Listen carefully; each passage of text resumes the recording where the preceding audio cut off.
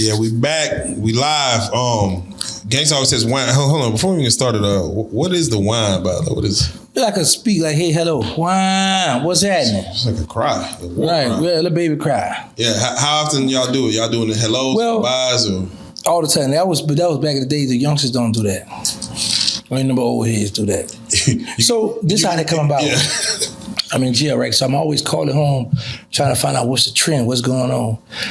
So when I call, I say, yo, do they still be saying wine? They say, nah, they be saying ski weed.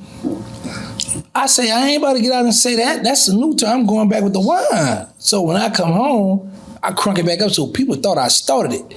But all the while, Jizzle and Fresh them been got it in their music, you know what I'm saying? So I just crunk it back up, made it back live. Okay. Then I saw Lil Wayne saying 5 of his favorite New Orleans slangs, and he put that wine in there.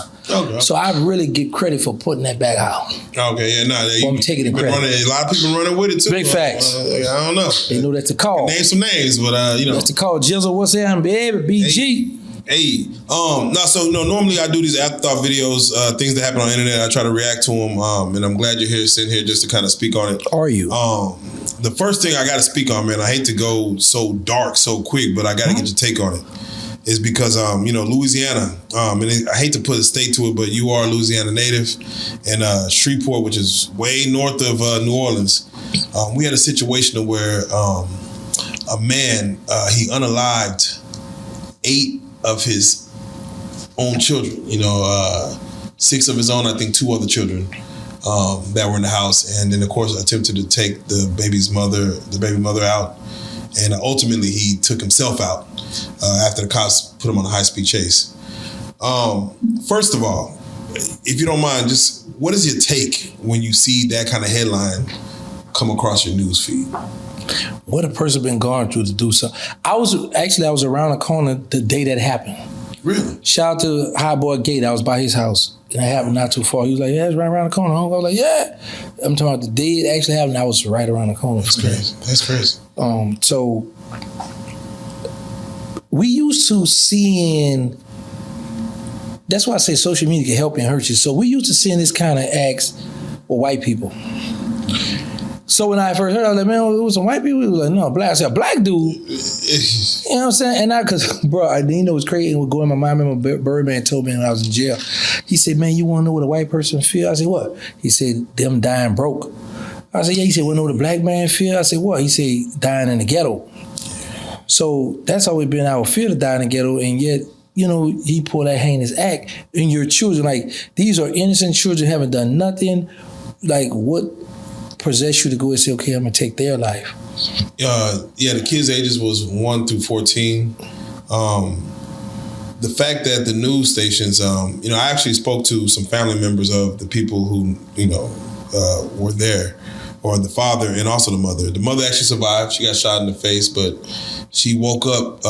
I'm assuming the way it happened was she was shot first because she woke up having to get news of what happened to her children. Like, wow. The police had to tell her that this is what happened after he shot you. So even that's crazy, but she's actually at the hospital now.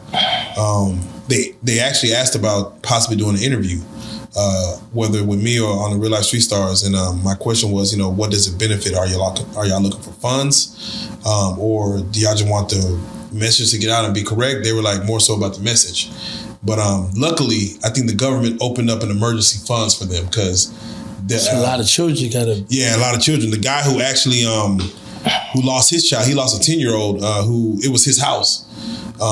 They were evicting him right after that because of that. They're like, you got 2 weeks, you got to go. We can't have this kind of stuff over here. So he's like, where am I going to go? And that's when they reached out to us to see about maybe we should do interviews or not. But I'm glad the government of Louisiana jumped in and said, no, this is a mass shooting. We will, just same way they will protect, don't worry about a GoFundMe because that's coming next. Right. And I asked them, I said, do y'all want to do a GoFundMe so we can start and put on RealLyfe and support it? And they're like, yeah, look, they were talking about it, but I'm glad the government stepped in because it shouldn't need a GoFundMe to bury these kids. With that being said, they're trying to start a thing where they're talking about, hey, should we, the news ain't reporting the kids' names. They're more reporting the crime itself, and they're kind of forgetting their 8 kids died. Should they be talking about the kids' name more, about who the kids were, from 1 through 14? Should they? put more out there? Not really, because they're babies. Sometimes people be want to let the wounds, and I wish the lady a speedy recovery, but sometimes people be want to let, let the wounds heal. By the media saying little Travis, little Kayla, whatever, that might can do more harm than good. And sometimes the family don't be wanting the names out because other social medias like ours, we would play off that. Yeah. To keep bringing it. So some people got ill intent, some people got good intentions, My thing is that, and I'm happy they reached out to you guys, so I want to make sure that they have money to bury their loved ones. Yes. Yeah. It did make me, again, rest in peace to, not only all the people, even, it's crazy, the guy who did it, the cops put him on a chase. They shot at him, but he ended up taking his own life. Do you feel that was a coward way out? I've always said, anybody commit suicide, I always say that's a coward way out. Yeah. That's just my take. Like I tell people, I'd rather have life in prison because I know, look at me, I'm home. Yeah. You know what I'm saying? So I can't see, and I don't want to, how a person can muster up that kind of strength to take their own life.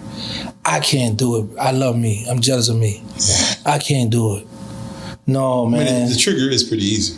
Yeah, but it's just the fact that I be, like, you remember I told you guys this on RealLyfe Street stuff, I'm scared to die first. So, and I actually always say this playing joker, let's be like, man, look, I play Dave for my own funeral just to see who's going to show up. But, and death is promised to all of us, but I ain't about to rush it. Yeah. Man, all this, bro. So, and I want people to understand, like, half of my life, I went to jail at 23, come out at 47. Half of my life in prison around miserable men. Mad because my people send me money, I can go to Canada. So I don't want to never go back to that kind of stuff, and let alone just harm my whole family. Yeah. Like you take I'm bringing everybody with me. Yeah, it's crazy. Now, and I hear people find out like you've been taking care of child a long time. Why this ain't your child? It's for Joker. I've been taking care of you. Lied to me, right? You've been humping Joker next door all the while. Joker, I go to work, Joker sneaking in the back door. Yeah. Back doing me. So, like Joker would do. And people go off like, oh, yeah, you play me like that? Yada, yada, yada. But whatever the dispute was, it ain't that serious for you to say, you know what, I'm about to get mad in these little babies. They don't must understand. The 1-year-old must understand what's going on. Yeah, facts. It's got to take a demented mind to say these children gotta go, you must not love the mother. I don't know. It's a lot to pick apart. I send my condolences to the family too. Yes. But it did make me wonder, what is going on in Louisiana? It ain't just no Louisiana. Ain't talking about what's going on. Everyone has so many kids. Like I live in that. Oh yeah, we hump. We do a lot of hump. What's that about? Like, is that nothing to do? It's a lot to do, but just let you know how we potent we is. Our stuff. You did when we put it up in there, we skewed it. It's good. Yeah. Every person I met from Louisiana, every major person, they have a lot of kids, man. Bro, we hump a lot, bro. That's what we do, bro. I'm saying it's like just ski. Mm-hmm. Oh, ski, goddamn. Big facts. Okay. Big facts. And I'll pull our game this week. Okay, yeah. Yeah, we'll hit the club up. I thought y'all go kid for kid, y'all be trying to hey, how many kids you got? Yeah, man, because you know how people always say, I want to build that legacy, I want my living. Like I got one, he be 2, May 8. You got what's the oldest and what's the youngest? I don't know the oldest. This is my oldest boy, my boy the oldest. He born in 94. Well, how old that is? 94 March. About 20. No, it's in the 30s. 32. Yeah. So he gonna be mad. Because I don't celebrate birthdays, right? Holiday. But for my 2-year-old, I gotta go because he's a little baby. Okay. So I gotta go get him a little 4-wheeler, a little jumping thing, Yeah, no, definitely. He be looking at me like, well, who you here, boy? You gotta play with it. I thought Louisiana, like child support don't exist or something. I thought yeah, we pay child support, Joker. We do all that, brother. But it's just that. Now I would say this, because shout out to all my baby mothers. None of them. I've never been on child support. Oh wow, why? You scared to death? No, man. I take care of my children, bro. Okay. I took care of my children from the face. You better not put them on child support. You don't play with me. But nah, for real. So that's good. Nah, that's a blessing. A lot of people they run, they skedaddle. They're not there. And mind you was actually put up. It wasn't your still holding mine. Yeah, now. It is what it is. So, shout out to your baby mamas. Yeah, big facts. Real. Yeah, man. Shout out to them women, bro. Them women. Yeah. All right. We got a couple other things to talk about. Wait. Hold on. Shout out to Louisiana now, because you jumped out on us. Want to know, do we got, like, we ain't got nothing to do, like we just play in the barn all day or run around with cows, bro. Yeah, Louisiana. Yeah, like we run around naked. It's like, like it's back in the day. Yeah. But anyway, shout out to Louisiana. Yeah, I'll be wildin'. Shreveport, that's my other home. Yeah, I'll be wildin'. Down by Bam Bam, 411 Giant. Why you ain't get my homie down here? Oh yeah, we gotta get Bam Bam, man. Shout out Bam Bam. We gonna get you, Bam. Don't worry. The 411 Giant. Got to get him on Prison Stories. He's did his time, and he was one of the. He was like, I don't want to say the smallest, but he was a smaller dude in prison, but he moved like a giant. That's a fact. Knocking people out like a giant. So That's shout out Bam Bam. Y'all go follow his channel. He will be on the Street Stars. He will be on Prison Stories. We got to get him to the city. Big facts. It ain't my business. Let's talk about it. Hey,